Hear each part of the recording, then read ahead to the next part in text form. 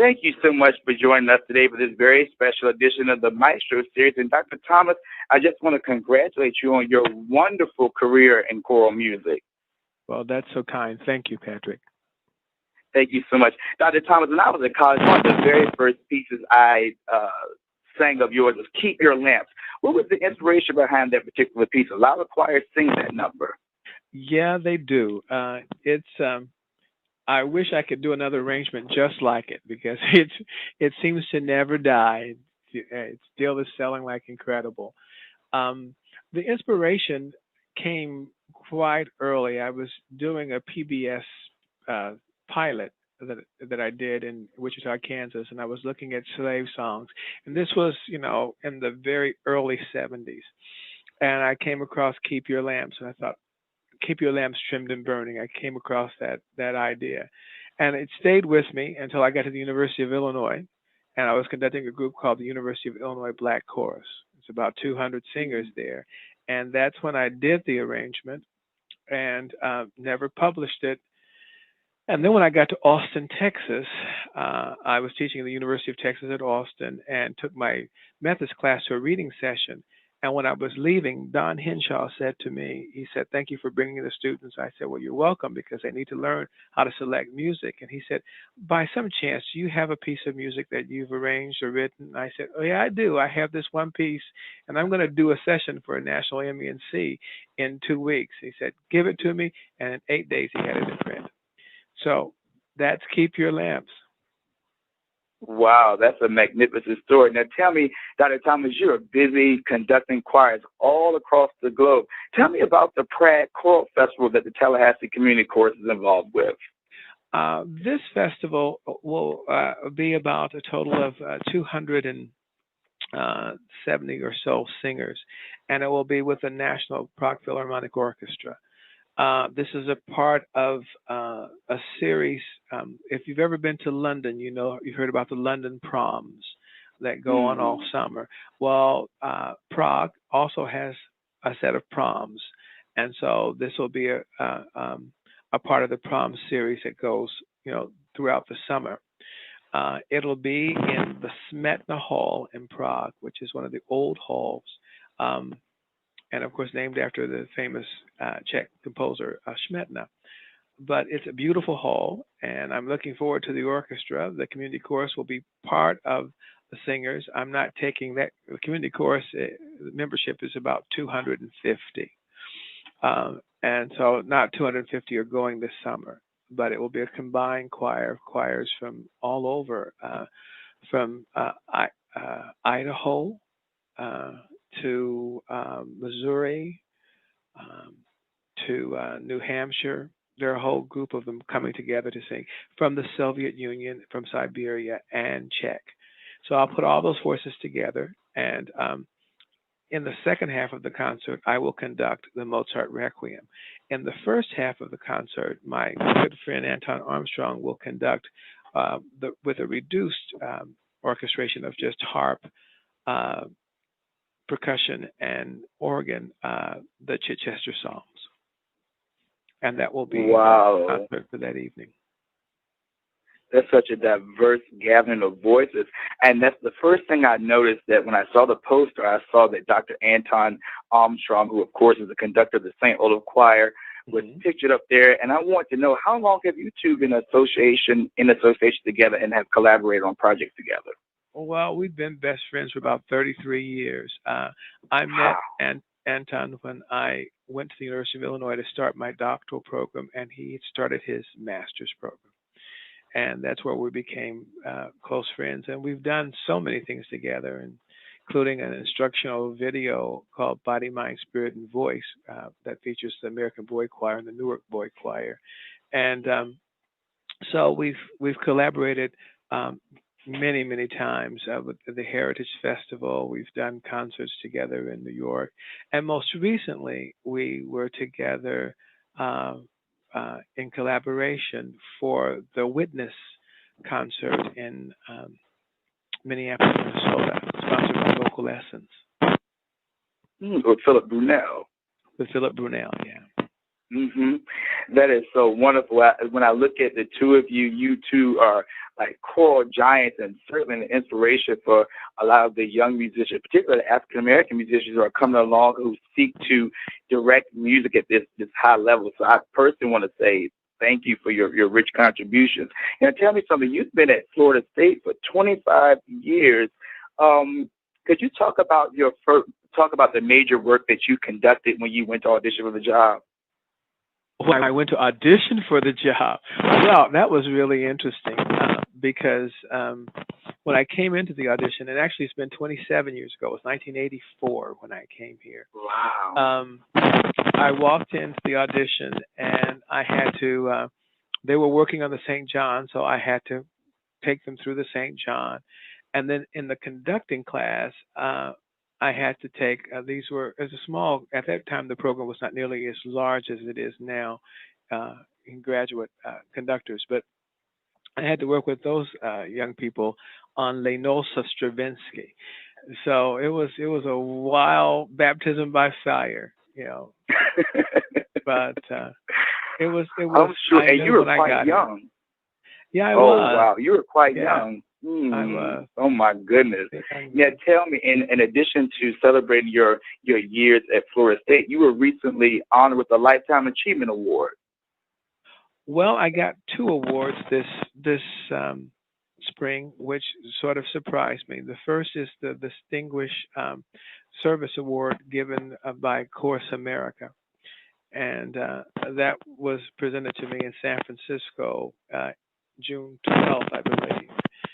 And it's an award that they don't give every year, but it is in celebration of the teaching, the contribution of the graduate students, research, and the conducting, and um, the work at least they think that I have done as far as making cool music a global community around the world. And so they gave me that award. And then a week before that, I got from the African Diaspora a Living Legends Award, and that group has long been known for their work in looking at the spiritual, particularly the spiritual. And of course, Jester Harrison is always honored there. And Hmm. that was meaningful because Albert McNeil was there and he conducted one of Jester's pieces, and there were so many people there. Jacqueline Harrison, a relative of Jester's, was there, also a composer. Um, David Hurd was there to do his music, Hmm. and so it was a wonderful time, and it's quite nice to have that moment when your own people celebrate you, and that's not often. So that was Hmm. really heartfelt and meaningful for me. That's wonderful. And since you touched on the spiritual, talk to us a little bit about your book about the spiritual way over in Beulah Land. Well, the book came about for several reasons. I always get calls and emails and or people saying, "Am I doing your music right?" Or "Do you know this piece? And where can I find this piece?" And I thought, okay, maybe it's now time to write a book specifically about understanding and performing uh, this genre of music. And my introduction to loving this music began with a long conversation I had with Jester Harrison when I was 16. Because I didn't like this music at all. I thought it was a chance for white people to make fun of black people. All we would go into school and you sing, "Soon we'll be done with the troubles the world," And I thought we don't talk like that at home. Why are we doing this music? And Jester took me at a very young age and told me about my ancestors and told me about their language and what sounds were present in the African dialects and what sounds were not present and what my ancestors did. And in a matter of a short time, he took a young kid who was embarrassed about his heritage to make a man who's made his heritage his research interest for the rest of his life. So that's why the book sort of came about. I thought things needed to be explained. There are often times where arrangers are arranging arrangements, so I wanted to go back and show them where they can find earlier sources. Slave songs of 1867, that's pretty early since emancipation's 1865. And you can find some where the writers of this collection went from plantation to plantation, heard the slaves, and transcribed the earliest versions that they know. So this is not arrangements, it's just melody lines with text and dialect written in as best they could transcribe it, and melodies as best as they could transcribe it. And then I have a strong interest in the traditionalist composers, the early composers. I felt very much that some of their music is going out of print, and I thought if I can do something to help bring some of that music back to print, it'll be my contribution. And so I list some 500 or 600 pieces in the back of spirituals, and the book has helped. Some of them have come back into print, so I'm pleased with that.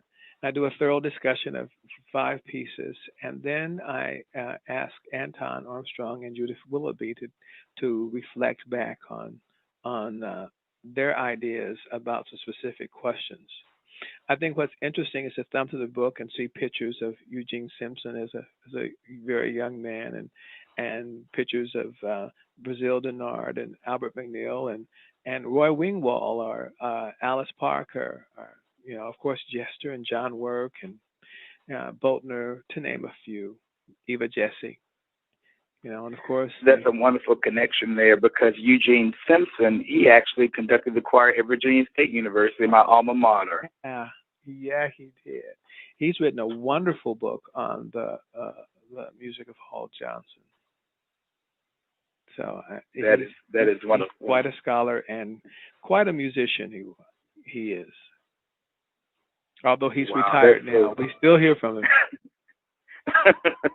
that's wonderful. I want to ask you a question on the flip side of what you're talking about. Sometimes we don't embrace our own.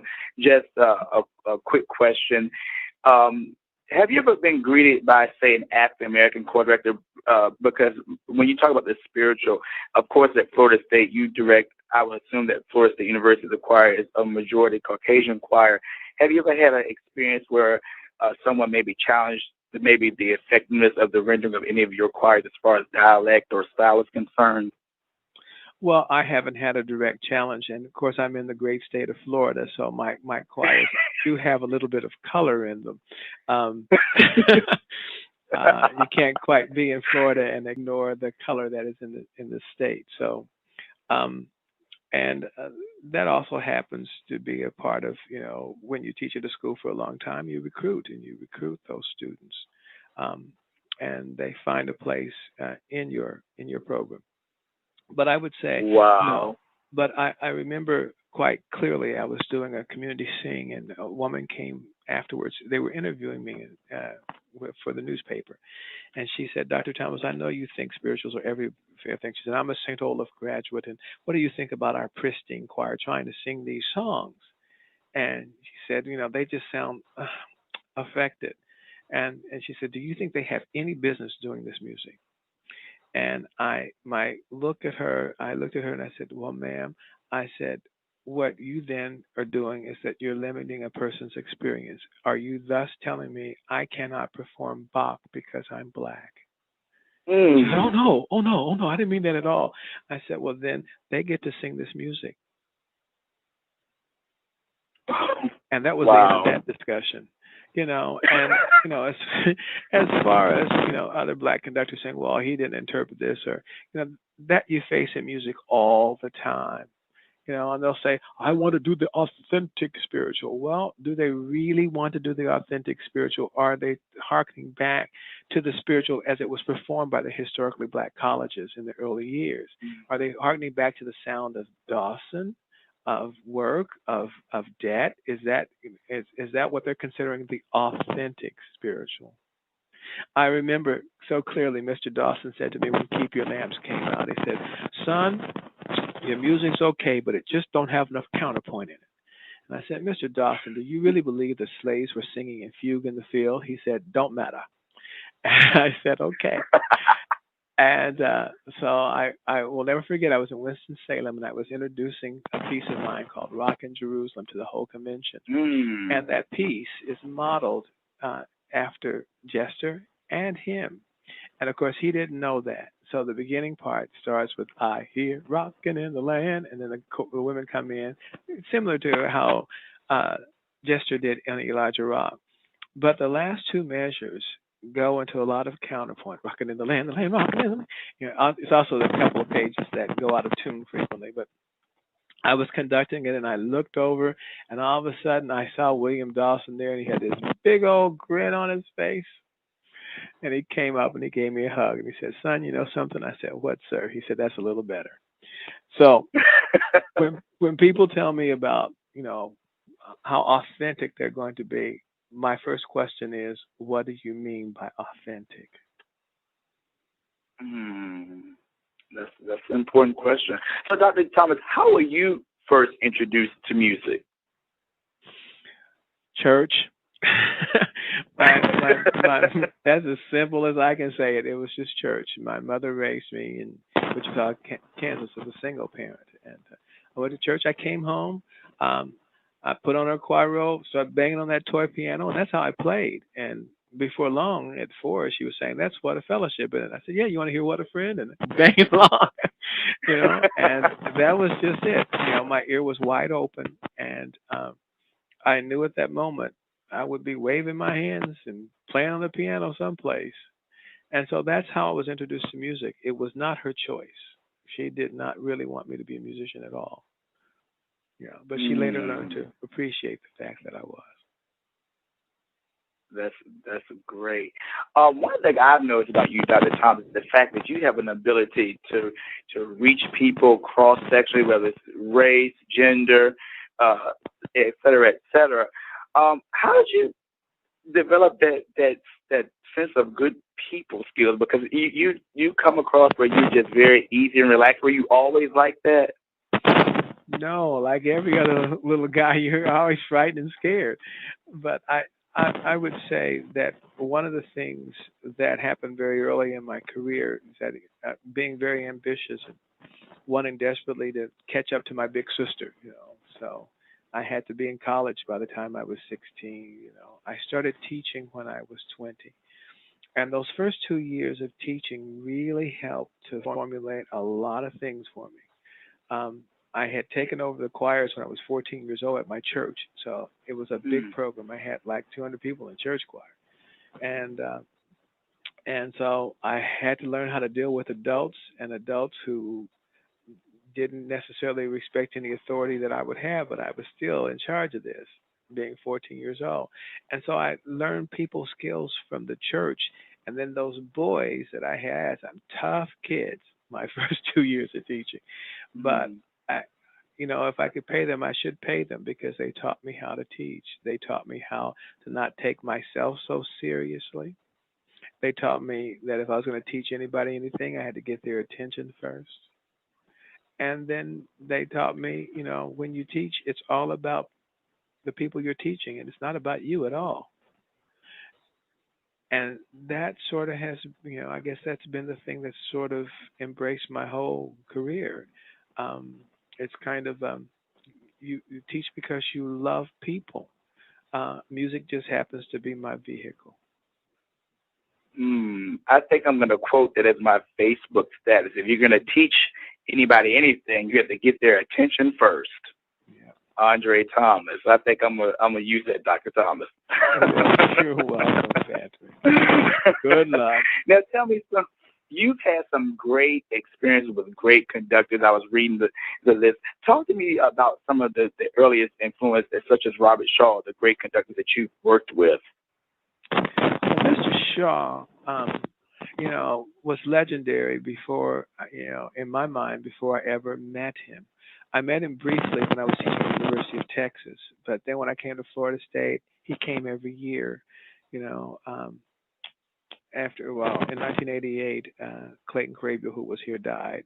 And Clayton, of course, had been his close friend and associate for many years. And so he would come every year to do something in memory of Clayton. And I got to work with him on a rather personal level. And I think there were lots of things that he reminded me of that you can't skip steps and just jump to the glory of the product, the final product. You got to clean house, as he says, as he would say. So that means notes and rhythms have to be accurate. Notes have to be correct, and the rhythms and notes have to be in the right space and time. There's no getting around that. I had studied with Miss Hillis earlier at Northwestern, so I already knew about color coding and phrasal analysis. But then that became more crucial as I looked at his scores. Um, and I would say almost every major work I've conducted in my life, he said, "I'll let you have my score, so you can conduct from it and learn from it." And that's probably what I learned the most about his discipline of doing that and his willingness to go into the score. We were struggling once. It was the year we were doing Stravinsky Symphony of Psalms, and we were doing the three little motets that Stravinsky, a cappella motets that he wrote, and it was the Ave Maria. And we were in the hall, we were rehearsing, and it just wasn't going. And so he dismissed us. He said, there's something wrong. I need to go back into the score and study more. The next day we arrived in the hall. The hall was completely stripped bare and very, very hard. And he looked at the choir and he said, "Turn around, face the back wall. Whenever you're ready, begin." And it was magical. He used acoustics Mm. to make that Ave Maria work. And then as soon as that they finished that last note, he hit the downbeat of Symphony of Psalms, and the choir turned around and whew, there it went.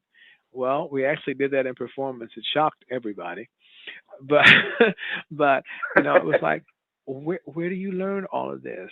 This was a great mind who had associated with everyone from Poulenc to Hindemith. You know, we're talking about commissioning Hindemith for When Lilacs Bloom. We're talking about having conversations with Poulenc. So that's a major influence. And as I said earlier, Miss Hillis, I cannot negate at all Harold Decker, who was my mentor teacher at the University of Illinois. Um, he taught me how to run a graduate program and how to deal with graduate students, and I wasn't sure I knew how to do that.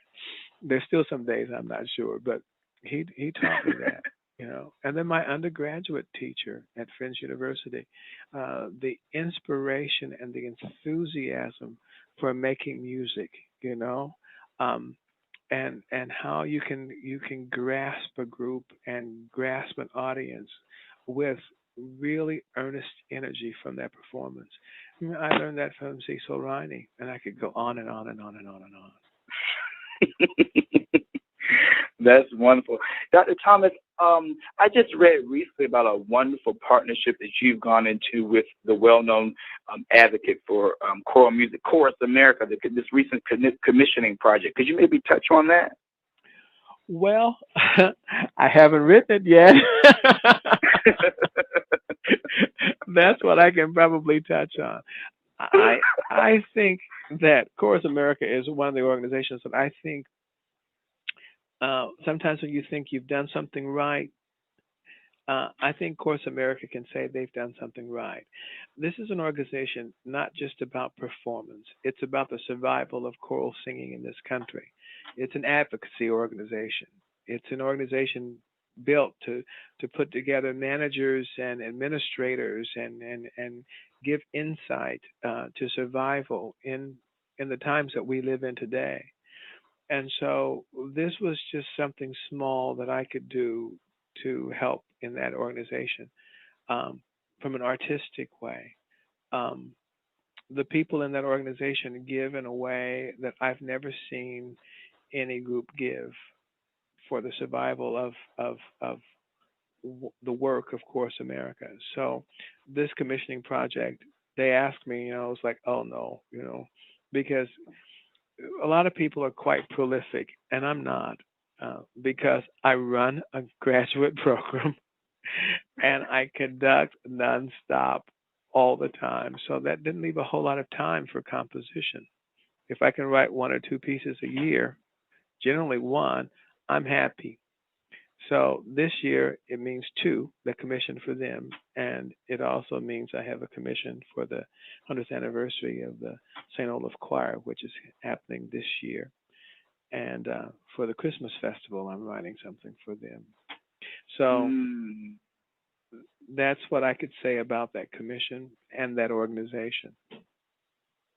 So let me make sure I understand it. So is it that you're writing a piece and then select choirs are able to perform the piece and then the profits go back to Chorus America? Right. What will happen is um, normally in the commissioning process, you commission a piece from a composer. You pay X amount of dollars to that composer to write the piece for your group. Your group is generally the first group to perform the piece because it will be in manuscript. But what more importantly happens is if the piece goes to a printing, a publication, then the name of your choir is listed on the piece as the Mm. commissioned by. And so, and That's so, rather than uh, the choirs or whoever bids for this commission um, paying me, that money will go to Chorus America to help fund them in their work. Um, Now, when the piece is actually published, there won't be any more money coming. That money will come directly to me. That it'll be a published composition. oh, that's a catch 22. That's great. So tell me, Dr. Thomas, you really turned out some great students at Florida State, and I'm proud to say that I know a few to call friends. I recently read on Facebook that Jeff is now Dr. Jeffrey Redding just got his doctorate Yeah, degree, and then Jeff has Edrin got Coleman lives here in Washington D.C., and then my friend Tony McNeil. So I'm honored to yeah. know that they have all been And under your Tony's going to be tutelage. presenting at the Southern Division. That's exciting. Yes, it certainly is. That's Just in ACBA. closing, what advice would you give to someone who aspires to be a great conductor of choral music? Well, I would say first of all, love choral music. That's number one. I mean, just love choral music. Number two, if you dislike people, you might want to do something different. Mm. You know, um, if your personality tends to be a personality that you really, people bother you and it's hard relating to people, then perhaps being a concert pianist might be the best thing to do. You know, Mm. If you can play. if you can play. But if you love people, then you're going to do that. You're going to. It's not necessarily that you become the world's best singer, but you must understand how the vocal instrument works. That means you're going to have to constantly study, and you're going to have to know some anatomy, physiology, and how to put those voices together, and how the instrument itself works. That's crucial. Um, you're going to have to study theory. I mean, I think choral conducting is where everything comes together: theory, music history, all of that comes together in one spot when you step on that podium, because you will analyze and you will study historically where the piece comes from. you know then your ear training, your ears are crucial. Can you hear? Can you hear mistakes? Can you hear changes in balance and blend? All those things to come in the forefront. Then you got to deal with languages. you know Languages are a booger, but we sing in millions of them now. You got to know Mm. what those rules are. You got to determine, are you going to do Austro German? You're going to do regular, Austro Latin, Austro German Latin, or Romanized Latin. You know, what do you do if you're doing this French piece? Okay, here's some ends. Oh, those are nasals before that. Okay, I've got to make that change that vowel. I got to know that, because if you don't know that, somebody can say, "Now, what do you want here in my diction class? I heard that," and you don't want anybody stopping your rehearsal for something like that. Yes, So, indeed. Well, Dr. Thomas, I'm gonna tell you, it's been an honor. I think the last time that I saw you was maybe about 8 years ago in Richmond, Virginia, when there was a workshop, and I want to say that it was Reveille United Methodist. At any rate, it was so good to see you there, and good, I just good want to to say hear from thank you. you so much for having such a personable spirit. Well, you're welcome, my friend, and congratulations on your radio show. This is, I think, what you're doing is neat. It's It's fantastic, and congratulations. Thank you so much, Dr. Thomas. Have a great afternoon. And you too. Take care. Bye bye.